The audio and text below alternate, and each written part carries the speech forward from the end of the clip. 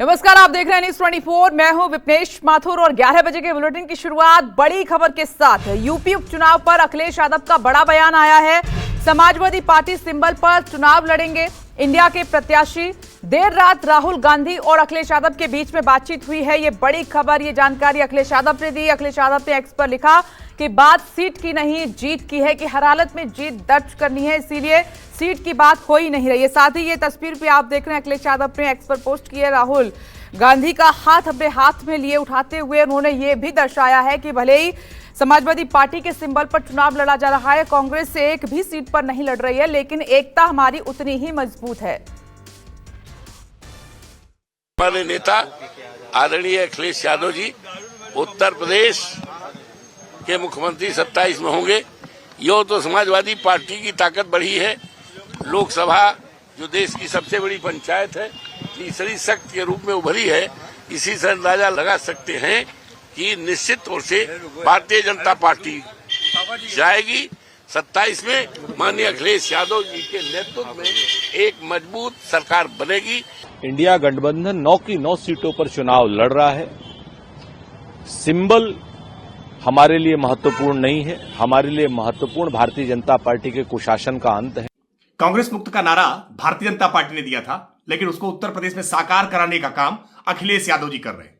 आखिरकार अखिलेश यादव जी ने घोषित कर दिया कि समाजवादी पार्टी के साइकिल चुनाव निशान पर ही उपचुनाव लड़े जाएंगे।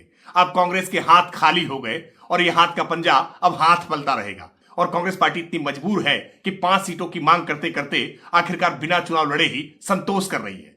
जो एक बड़ा राजनीतिक घटनाक्रम कल रात से आज सुबह तक हुआ है, वो यही हुआ है कि समाजवादी पार्टी और कांग्रेस के बीच जो सीट बंटवारे को लेकर एक पेच फंसा हुआ था और ये कहा जा रहा था कि समाजवादी पार्टी कांग्रेस को 2 सीटें देगी या 3 सीटें देगी। इस पर बातचीत हो रही है। बार बार अखिलेश यादव भी इस बात को कह रहे थे कि जो पार्टी का शीर्ष नेतृत्व है बैठ के तय कर लेगा, ये हमारे और उनके बीच की बातचीत है, इसलिए बीच का रास्ता जल्दी ही निकाल लिया जाएगा।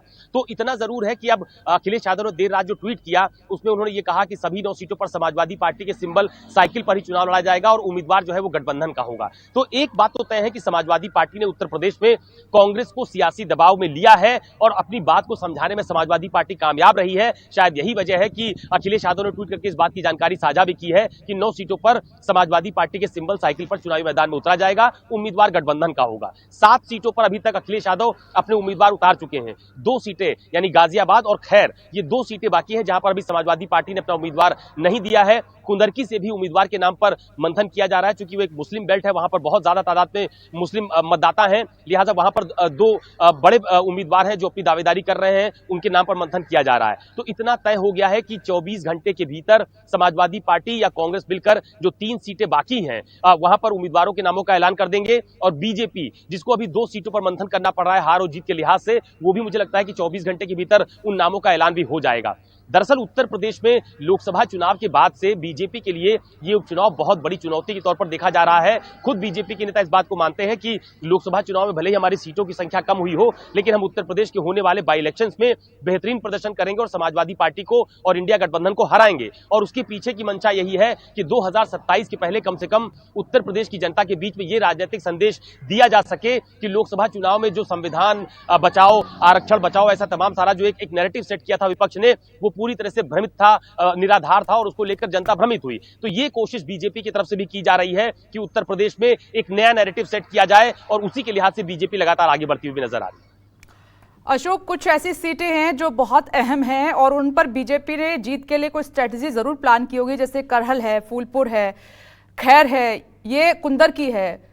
कुछ ऐसी इन 9 सीटों में हॉट सीटें हैं। करहल, जहां पर यादव वर्सेस, जाहिर सी बात है कि यादव अब फाइट देखने को मिलेगी, तो यहां बीजेपी ने जीत की स्ट्रेटजी कैसे प्लान की है?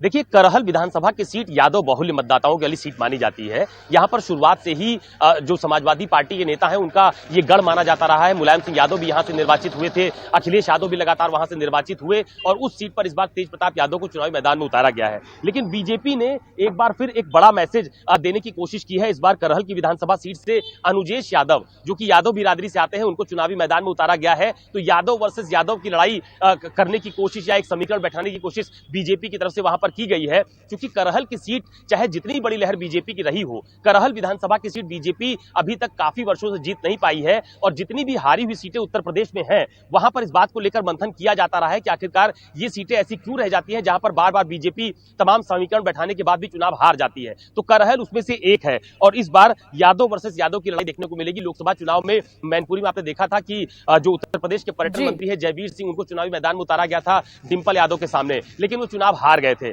तो इसी तरह के सियासी समीकरण बैठाने की कोशिश बीजेपी की तरफ से अलग अलग सीटों पर की भी जा रही है, जिसमें से करहल बहुत महत्वपूर्ण है। इसके अलावा जो ठीक है अशोक, आप नजर बनाए रखिएगा। बहुत बहुत शुक्रिया। 7 उम्मीदवारों के नाम सामने आ गए हैं बीजेपी की तरफ से। आगे बढ़ते